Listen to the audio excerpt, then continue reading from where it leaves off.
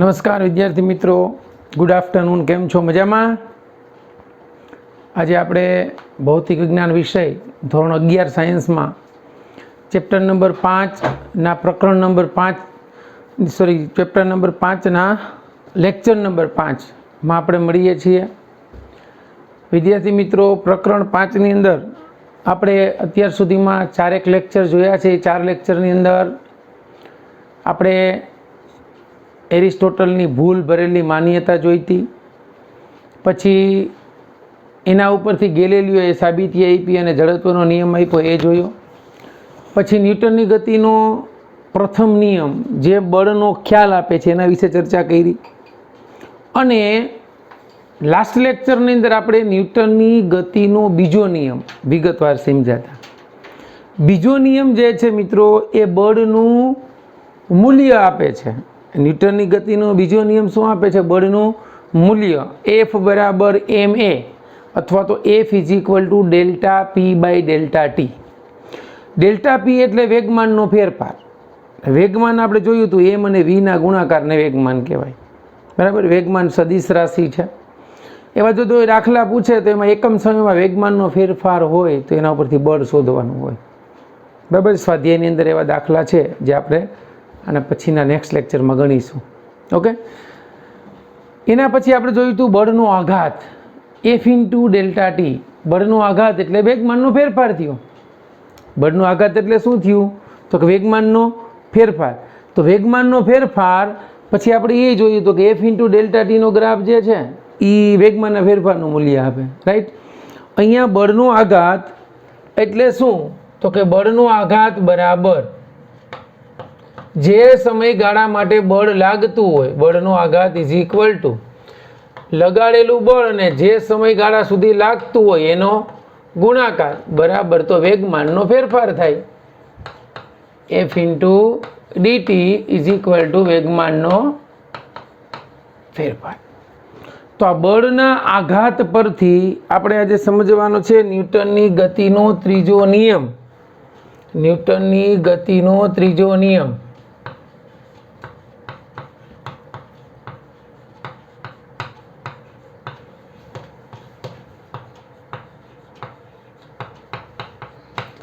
Third law of motion by newton.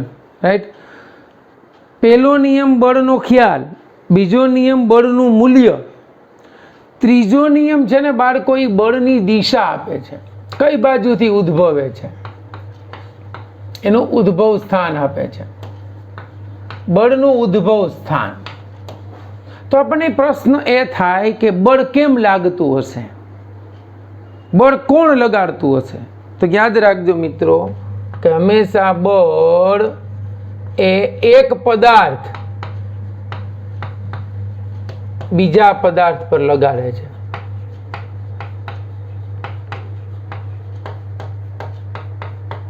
કોઈ દિવસ એકલા આટુલા બળનું અસ્તિત્વ નથી.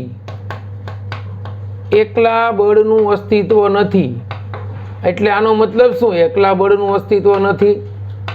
અસ્તિત્વ નથી એટલે કે બળ હંમેશા જોડમાં ઉદ્ભવે છે. એટલે તો આ ગેલિલિયોની ઉપાધિ આપણે ભાઈ એરિસ્ટોટલ એટલે તો બિચારો ખોટો પડ્યો. કારણ કે એમ કહે છે પદાર્થને ગતિમાં રાખવા બળ જરૂરી છે, પણ હકીકતમાં નહોતું. એનું કારણ હતું કે એમાં બળ તો લાગતું હતું. બળ હંમેશા જોડમાં ઉદ્ભવે. એક બળ લાગતું બીજું તો હોય તો જ પદાર્થ સ્થિર રહે. સમજાય છે ને? બળ લાગે છે એનો મતલબ એવો થઈ ગયો પદાર્થ ગતિમાં છે, પછી પ્રવેગ ઉત્પન્ન થાય. એ ન્યૂટનના ગતિના બીજા નિયમમાં જોયું. અહીંયા આપણને એમ કહે છે કે બળ એક પદાર્થ બીજા પદાર્થ પર લગાડે છે. એટલે એકલા બળનું અસ્તિત્વ નથી. બળો હંમેશા જોડમાં ઉદ્ભવે છે. તો આ ન્યૂટને શું કીધું કે દાખલા તરીકે બે પદાર્થ વિચારીએ કે આ પદાર્થ એ છે, આ પદાર્થ બી છે. તો જો એ બી ઉપર બળ લગાડતો હોય ને તો એટલું જ બળ બી એ પર લગાડતો હોય. એટલે એમ કહે છે કે આ એનું બળ બી વડે હોય ને એટલું જ બળ બીનું એ વડે હોય.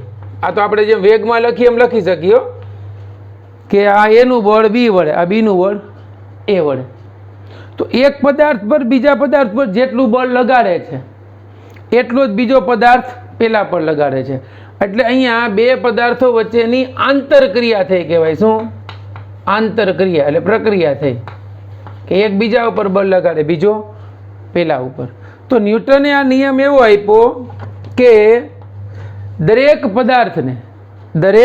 પદાર્થને અથવા તો એમ કહી શકીએ કે દરેક ક્રિયાબળને હંમેશા, બરાબર સમજો, દરેક ક્રિયાબળને હંમેશા શું હોય છે તો કે સમાન અને વિરુદ્ધ દિશાનું પ્રતિક્રિયાબળ હોય છે. શું હોય છે? પ્રતિક્રિયાબળ હોય છે. એટલે એકનું ક્રિયાબળ થયું, બીજાનું પ્રતિક્રિયાબળ થયું. અથવા તો આ નિયમને જો આપણે લખવો હોય તો બીજા સ્વરૂપે આમ લખી શકાય કે આઘાત અને પ્રત્યાઘાત. આઘાત અને પ્રત્યાઘાત સમાન મૂલ્યના, આ બધા 9મા 10મા ધોરણમાં ભણી ગયા, સમાન મૂલ્યના અને પરસ્પર વિરુદ્ધ દિશાના હોય છે.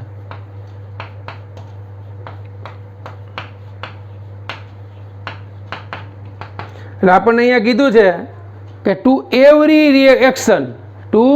એવરી એક્શન એટલે કે દરેક ક્રિયાબળ there is a equal and opposite reaction. આ એક્શન થયો તમારું ક્રિયાબળ, અહીંયા પ્રતિક્રિયાબળ થયું એટલે રિએક્શન આવ્યું. ગાંધી બાપુ કહેતા ને કે એક गाल ऊपर तमाचो मारे तो रिएक्शन में बीजो गाल धरवो. तो चलो संजय दत्त केम जब दूसरे गाल पे मारे तो क्या करना था? वो बापू ने नहीं बोला. आघात प्रत्याघात समान मूल्यना परस्पर विरुद्ध दिशाना होय. एक पदार्थ पर तमे बळ लगाड़ो तो बीजो पदार्थ तमारी पर बळ लगाड़े ई फाइनल. आनुं उदाहरण तमारे जोवुं तो स्प्रिंग लेवानी. स्प्रिंग छे दाखला तरीके सपोज आ स्प्रिंग छे, आ स्प्रिंग ने અહીંથી દબાવું એટલે આ સ્પ્રિંગ દબાઈને માનો કે એટલી થાય તો એટલી દબાણી તો જેવું તમે આમ બળ લગાડ્યું તો સ્પ્રિંગ તમને આમ બળ તો લગાડતી જ હોય, તમને અનુભવ થાય. જેવી મૂકો એટલે સ્પ્રિંગ મૂળ સ્થિતિમાં આવી જાય. એનો મતલબ એવો થયો કે તમે જેવું બળ લગાડ્યું સ્પ્રિંગે લગાડવાની શરૂઆત કરી દીધી, પણ આપણે લોટકા હોય બળ વધારે એટલે સ્પ્રિંગ વધારે દબાઈ ગઈ. બરાબર છે? એની સામે આપણે કારનો જેક દબાય તો આપણે એટલો દબાઈ નહીં. બાઇકનું જે ઓલું આવે છે જમ્પરી દબાય તેટલું ન દબાય. કેમ? તો કે વળતળાંક XYZ વધારે છે એટલે નથી દબાઈ શકતી. ટૂંકમાં કહેવાનું એ છે કે તમે આઘાત લગાડો ને એટલે પ્રત્યાઘાત સીધો શરૂ થઈ જાય. હું કોઈ વ્યક્તિ ઉપર બળ લગાડું તો એનું બળ મારી ઉપર શરૂ થઈ જ ગયું હોય પણ મને ખબર નથી. હવે એક પદાર્થ બીજા પદાર્થ ઉપર બળ લગાડે, ચાલો એ આપણને ખબર પડી, બરાબર છે? તો અહીંયા એવું કહી શકાય કે બળ લગાડવા માટે સંપર્ક કરવો જરૂરી છે. મારી પાસે નાનકડી સ્પ્રિંગ છે, આ સ્પ્રિંગમાં જો બળ લગાડું તો આ સ્પ્રિંગ દબાઈ છે, જો જેવી મૂકે છે એ મૂળ સ્થાને પાછી આવી જશે. આ મૂળ સ્થાને આવી ગઈ, બરાબર? પણ અહીંયા આ જે સ્પ્રિંગ છે ને એનો મેં સંપર્ક કર્યો હતો. એનો મતલબ એવો થયો કે ન્યૂટન ખોટો છે જ નહીં કે એક પદાર્થ બળ લગાડે એટલે સામે બીજો બળ લગાડે. મેં સ્પ્રિંગ ઉપર આમ બળ લગાડ્યું ને તો સ્પ્રિંગ એ વિરુદ્ધ દિશામાં એટલું જ બળ લગાડ્યું, પણ જે બળની અસર વધારે હોય ને એની અસર હેઠળ ઓઈલો દબાઈ જાય છે. મતલબ એનું બળ અસરકારક એટલું નથી રહેતું એટલે આ અને કારણે સ્પ્રિંગમાં સંકોચન થાય છે. ઓકે, પણ ત્યાં તો સંપર્ક કર્યો હતો. તો અહીંયા તમે જુઓ તો એક પદાર્થ છે, આને હું મુક્ત પતન કરાવું. આ પદાર્થ જો મુક્ત પતન કરે છે એનો મતલબ એનો પ્રારંભિક વેગ V0 = 0 છે. તો મુક્ત પતન પામતો પદાર્થ આપણને ખબર છે ક્યાં જવાનો? નીચે જ જશે. આ મુક્ત પતન પામતો પદાર્થ આમ નીચે આવશે તો નીચે આવ્યું તો આ સંપર્ક વગર આવ્યું નીચે, બરાબર સમજજો. તો આ આપણું ઓલી સાબિતી આવી ગઈ ને પાછી કે નહીં, બે પ્રકારના બળ હોય, એક સંપર્ક બળ ને એક સંપર્ક વગર ક્ષેત્ર બળ થઈ ગયું. હવે એ પદાર્થ નીચે આવે છે તો કેના કારણે આવે? ગુરુત્વાકર્ષણ બળના કારણે આવ્યો. અહીંયા તો આપણે એમ કહી શકીએ કે આ પદાર્થ જે છે એનું દળ ધારો કે m છે અને આ જેના વડે ખેંચાણો છે નીચેની તરફ એનું દળ me છે. આ પૃથ્વીનું દળ છે બાળકો. આ પૃથ્વીનું દળ કેટલું છે? me લગભગ 6.24 એને ગુણ્યા 10⁻24 કિલોગ્રામ જેટલું છે લગભગ, કાંઈ ભૂલતો ન હોવું. હવે પૃથ્વી વડે આકર્ષણ બળને કારણે નીચેની તરફ ખેંચાય છે, તો અહીંયા ન્યૂટનની ગતિનો ત્રીજો નિયમ લાગુ પડે છે. શું? તો કે જેટલું બળ આ પદાર્થ પર પૃથ્વી લગાડે છે ને એટલું જ બળ આ પદાર્થ પણ પૃથ્વી ઉપર લગાડે છે.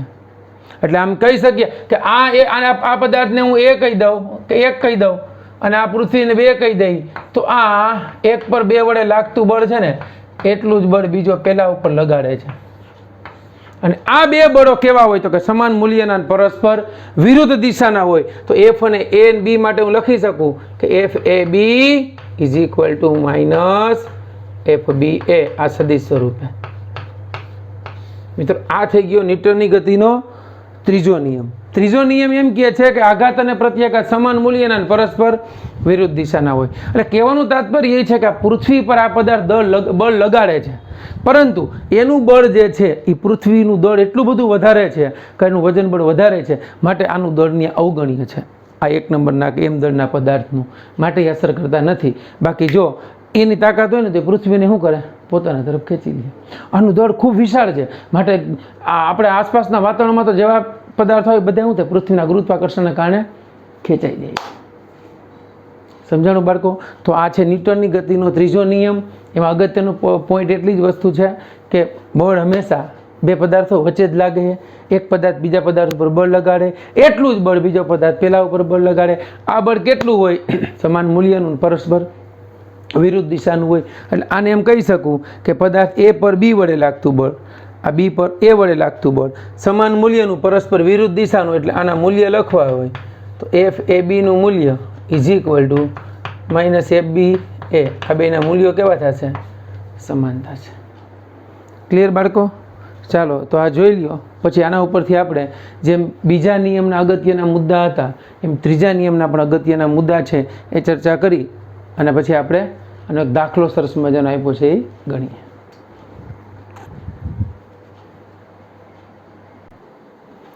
ચાલો હવે આપણે ન્યૂટનના નિયમના મહત્વના મુદ્દા, ત્રીજા નિયમના મહત્વના મુદ્દાઓ લખીએ આપણે.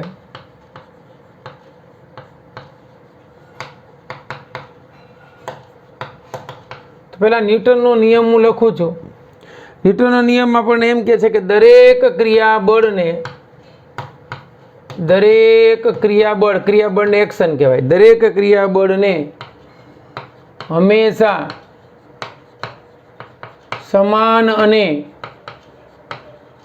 સમાન અને વિરુદ્ધ દિશાનું પ્રતિક્રિયાબળ હોય છે.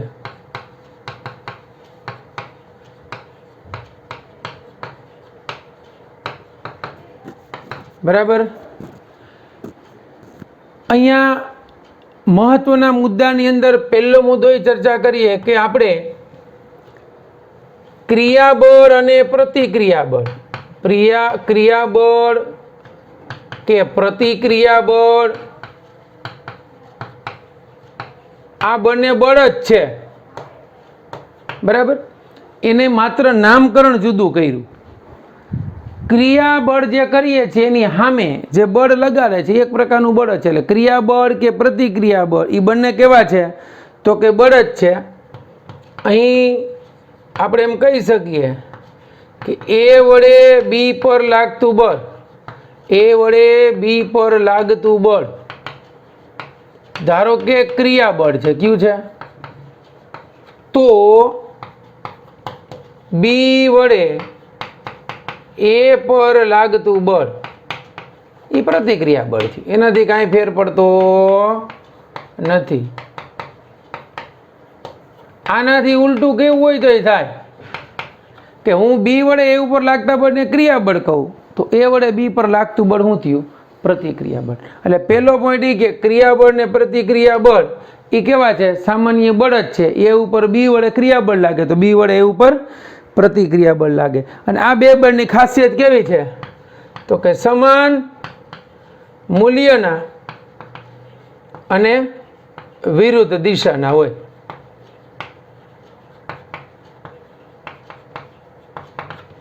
ઓકે, આ પહેલો પોઈન્ટ. બીજો પોઈન્ટ છે એનો કોઈ પણ બળ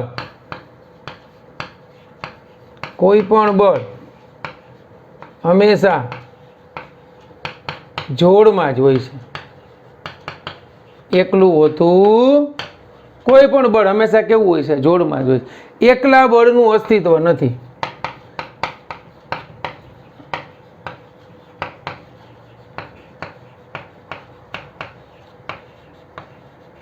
બરાબર છે. આ બીજો પોઈન્ટ. પેલો પોઈન્ટ એ કે જે બળ છે એના નામ આપ્યા આપણે, બરાબર, તો કે એ ક્રિયાબળ ને પ્રતિક્રિયાબળ છે, એ એક પ્રકારના બળ જ છે, સમાન અને પરસ્પર વિરુદ્ધ દિશાના હોય. બીજીમાં આપણે વાત કર્યું કે કોઈ પણ બળ હંમેશા જોડમાં ઉદ્ભવે, એકલા બળનું અસ્તિત્વ નથી. એટલે ત્રીજું આ પોઈન્ટની ચોખવટ કરે છે કે આ ન્યૂટનના ત્રીજા નિયમમાં કહેવાય તો કે કાર્ય કારણનો સિદ્ધાંત નથી.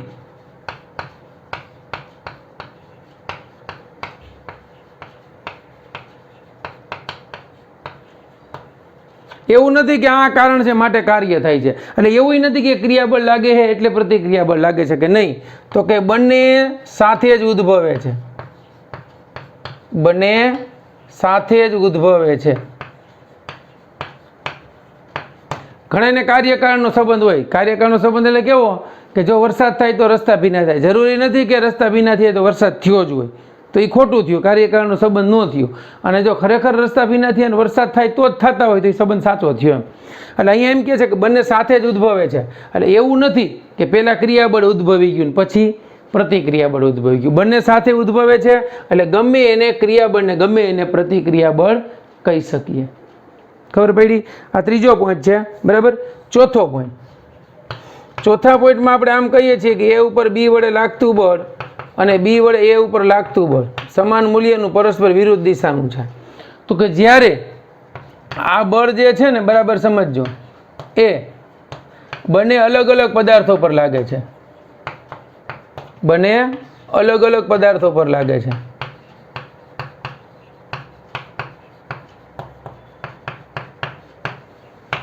ગણતરી કરતી વખતે ખાસ જોવાનું, ગણતરી કરતી વખતે એક બળને ધ્યાનમાં લેવાનું છે.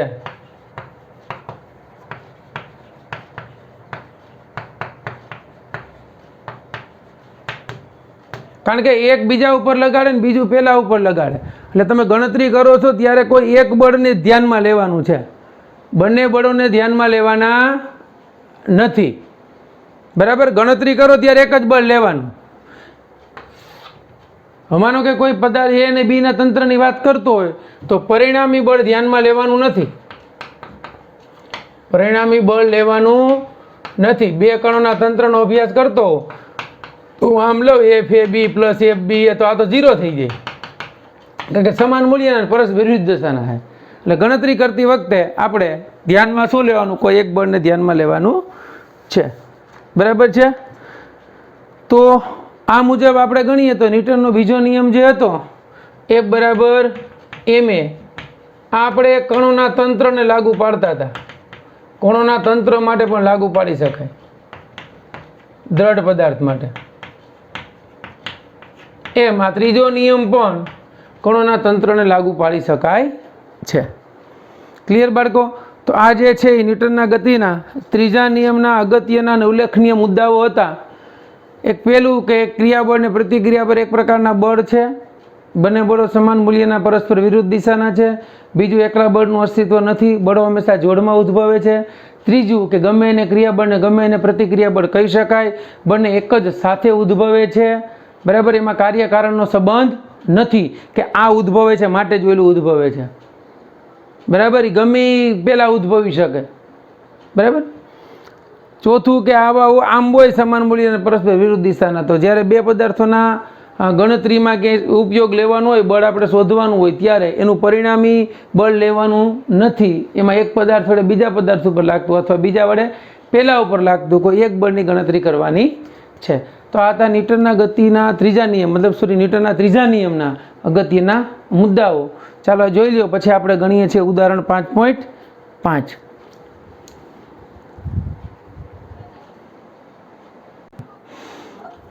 ચાલો વિદ્યાર્થી મિત્રો, હવે આવે છે ઉદાહરણ 5.5. એક સમાન બિલિયર્ડ બોલ, આપણે બિલિયર્ડ ટેનિસનો બોલ લીધો છે ખાલી, હો, બરાબર. ઈ બોલ એક દ્રઢ દિવાલ, આ દ્રઢ દિવાલ છે, એને પેલા આપણે બોર્ડમાં દિવાલ ગણો, આ બોલ સીધો આમ ભટકાય છે, ભટકાઈને પાછો ફરે, આમ કરીને ભટકાય, ઈની દિશામાં પાછો ફર્યો, ઈની દિશામાં પાછો ફરે એનો મતલબ એવો થયો કે આ યુ જેટલા વેગથી ગયો ને યુ જેટલા વેગથી પાછો ફર્યો. તો આ બળ ડાયરેક્ટ જ્યારે બોલ ભટકાય છે ત્યારે બોર્ડને શું કરે છે? બળ લગાડે. એટલું જ બળ બોર્ડ આ બોલ ઉપર લગાડે. સૌ ખબર પડી? ક્ષણિક, જે ક્ષણ પૂરતું. હવે પહેલાં સીધો ફેંકતા હતા, હવે આમ 30 ડિગ્રીએ ફેંકવાનો. હવે જો અહીંથી હું આમ ફેંકું તો બોલ નીચે આવશે અને આમ ફેંકે તો આમ ઉપર જશે. જે ખૂણે ગયો હોય ને એટલા જ ખૂણે પાછો ફર્યો, એવું આપણને કીધું છે. તો આ બોલ છે બિલિયર્ડ્સનો બોલ, બીજી દિવાલ સાથે, મતલબ એ દિવાલ સાથે 30°ના ખૂણે ભટકાણો બીજી વખત, અને 30°ના ખૂણે પાછો ફર્યો છે. તો બે વખતે ઝડપ સરખી છે, બરાબર. તો દરેક બોલને લીધે દિવાલ ઉપર લાગતા બળની દિશા શોધો, બરાબર. બે વખતે અહીંયા દિવાલ પર લાગતા બળની દિશા કઈ હશે? દિવાલ પર લાગતા બળની દિશા, આનો આન્સર તો એમને ખબર પડે. અહીંથી હું બોલામાં ભટકાણું તો દિશા દિવાલની અંદરની તરફ હોય, સિમ્પલ વસ્તુ. અહીંયા આમાં એ જ છે, દિવાલ ઉપર લાગતા બળની દિશા.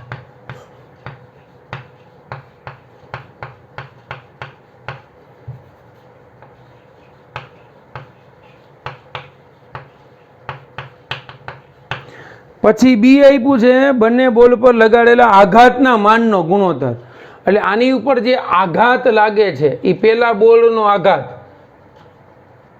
એફ ઇન્ટુ ડેલ્ટા ટી, પેલી સ્થિતિમાં જે લાગે ઈ, અને બીજી સ્થિતિમાં જે આઘાત એટલે વેગમાનનો ફેરફાર થાય, આના મૂલ્યનો ગુણોત્તર આપણે શોધવાનો છે, આઘાતના માનનો ગુણોત્તર. એટલી વસ્તુ આ દાખલામાં મેળવવાની છે, બરાબર બાળકો?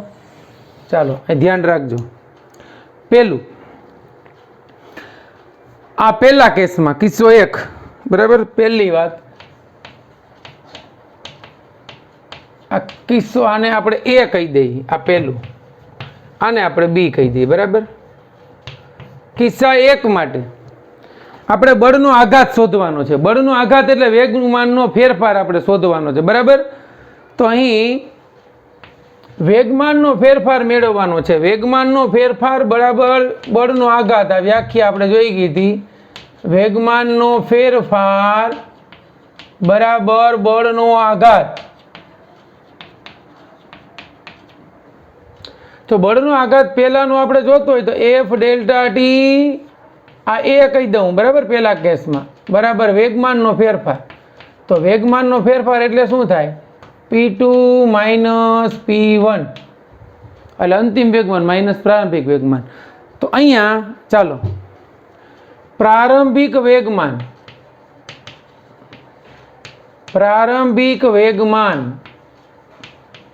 P1 ઇઝ ઇક્વલ ટુ, અહીં દરેક બોલનું દળ, બરાબર સમજજો, એ બોલનું દળ, બંને વખતે એક જ બોલ વાપર્યા છે, બોલનું દળ કેટલું છે? એમ છે, બરાબર. બિલિયર્ડ્સ બોલનું દળ એમ છે એવું આપણે ધારી લઈએ, અને દરેક બોલની બે વખતે બોલનું દળ તો સમાન જ છે. તો પ્રારંભિક વેગમાન, વેગ યુ છે, દળ એમ છે, તો એમ યુ આ પ્રારંભિક વેગમાન થયું, બરાબર. આનું અંતિમ વેગમાન, બરાબર સમજો, અંતિમ વેગમાન. હવે જો અહીંયા આમ જ ગયો છે, વાય દિશાનો ઘટક નથી એટલે હું લખતો નથી. પાછું આવ્યું તો અંતિમ વેગમાન એનું P2, ત્યારે વેગની દિશા બદલાઈ ગઈ, તો આ થઈ ગયું માઇનસ MU, પૂરું. હવે વેગમાનનો ફેરફાર, વેગમાનનો ફેરફાર બરાબર બળનો આઘાત થઈ ગયો. હવે અહીં જ મૂકી દો, લખવું નથી, હાલો આ સીધી કિંમત મૂકી દઉં. P2 એટલે માઇનસ MU, P1 એટલે માઇનસ MU, એટલે આ મળી ગયું બળનો આઘાત તમને ડેલ્ટા P અથવા તો F ઇન્ટુ ડેલ્ટા ટી.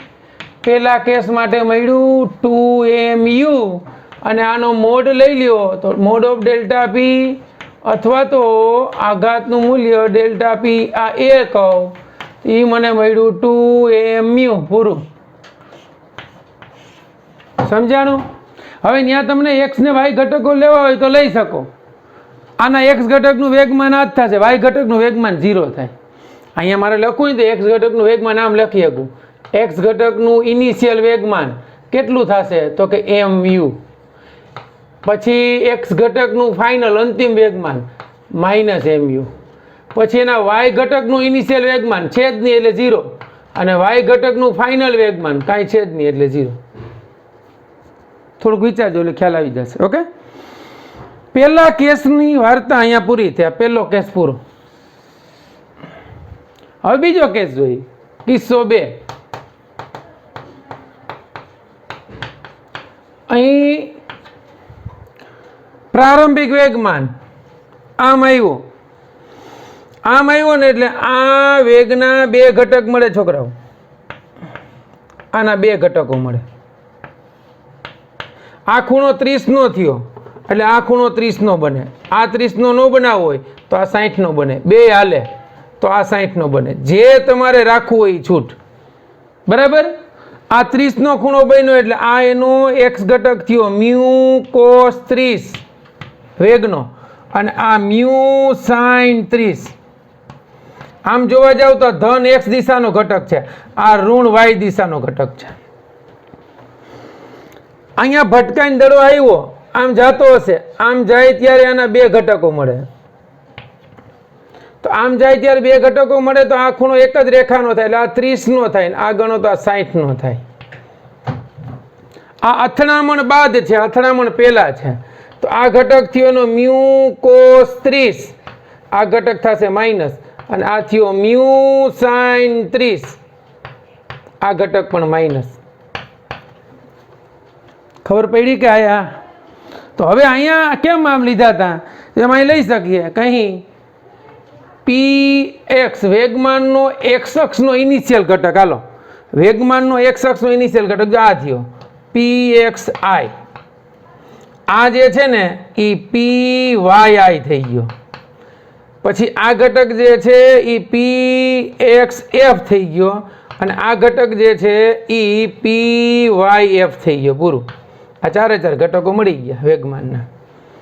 તો અહીંયા pxi બરાબર મ્યુ કોસ 30 બરાબર, પછી p initial y is equal two ધન દિશામાં છે, ઋણ દિશામાં માટે માઇનસ મ્યુ સાઇન 30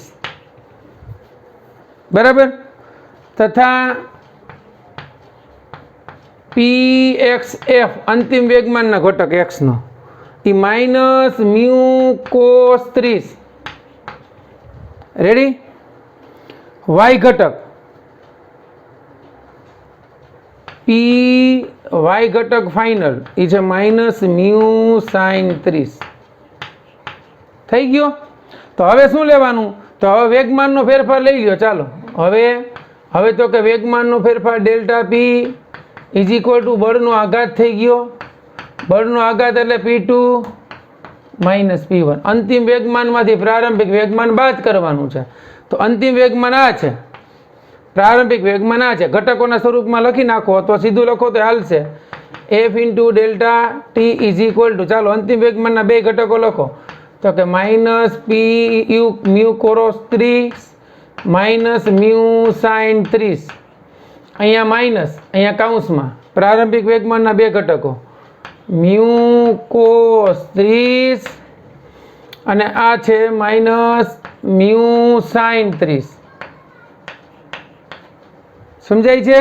આ ઇનિશિયલ વેગમાનના ઘટકો થયા બને, આ ફાઇનલ વેગમાનના થયા. એટલે આ તમારું થયું P1 ટોટલ, અને આ થયું P2. P2 માંથી P1 બાદ કર્યું. ચાલો, તો આ મળી ગયો બળનો આઘાત જ મળ્યો -2 mu, minus mu cos 30 minus mu sine 30 minus mu cos 30 અને minus minus plus mu sine 30. તો આ 2 ગયા તો આ બળનો આઘાત મળ્યો f into delta T is equal two -2. વેગમાનનો ફેરફાર છે ને બાળકો, એટલે આમાં આપણે કંઈક ભૂલાણું છે. હા, અહીંયા શું થશે? મ્યુ એટલે એમ ભૂલાઈ ગયું આપણે. બરાબર, અહીંયા એમ બધે લખવો પડશે. હો, વેગમાન લીધું ને એટલે એમ આવશે બધી જગ્યાએ, સોરી. ચાલો અહીંયા આપણે એમ લખી નાખજો બધે. ઓકે, પછી અહીંયા બધા એમ જ આવશે, આપણે એમ ભૂલાઈ ગયું. ચાલો આ એમ, અહીંયા એમ,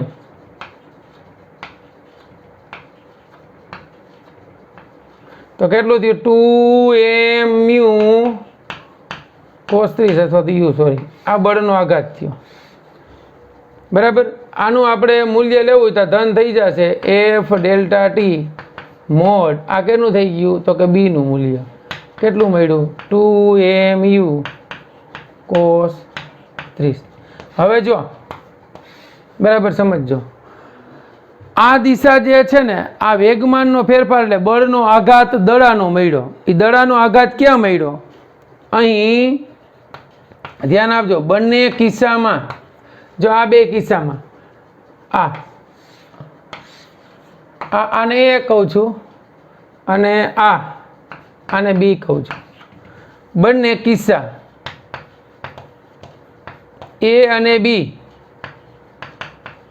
માં બોલને મળતો આઘાત અથવા તો બોલનો આઘાત એ કઈ દિશામાં છે? તો કે માઇનસ એક્સ અક્ષની દિશામાં મળ્યો. જો ઋણ આવ્યું, માઇનસ એક્સ અક્ષની દિશામાં મળે છે. તો આપણે શું કીધું છે? દિવાલ ઉપર લાગતા બળની દિશા. તેથી બોલ વડે દિવાલ પર લાગતો આઘાત, દિવાલ ઉપર લાગતો આઘાત ક્યાં હશે? તો કે પ્લસ એક્સ અક્ષની દિશામાં. ક્યાં છે?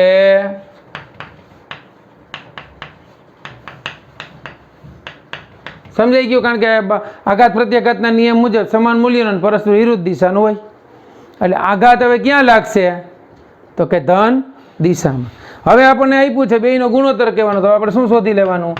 F delta T mod of A એના છેદમાં F of delta T mod of B, બેયના મૂલ્યનો ગુણોત્તર છે આઘાતના. તો 2mu એના છેદમાં 2mu cos 30. આ બે કેન્સલ. cos 30 ની કિંમત કેટલી થશે? √3/2 ઇઝ ઇક્વલ ટુ 2/√3. ચાલો 2 ભાગ્યા 1.73 કરો. 2 ડિવાઈડ 1.73 મળ્યું 1.156. કેટલું મળ્યું? 1.156 નિયર અબાઉટ 1.2. આ બેયના આઘાતનો ગુણોત્તર આપણને એટલો મળ્યો. ઓકે બાળકો, મસ્ત દાખલો છે, નિરાતે સમજજો, મજા આવશે. ઓકે ચાલો હવે આ લેક્ચર જે છે આપણે અહીં સુધી રાખીએ છીએ. બરાબર. નેક્સ્ટ લેક્ચરની અંદર આપણે વેગમાન સંરક્ષણનો નિયમ અને એની રિલેટેડ દાખલાઓ જે છે એ ગણીશું. ચાલો, બેસ્ટ ઓફ લક.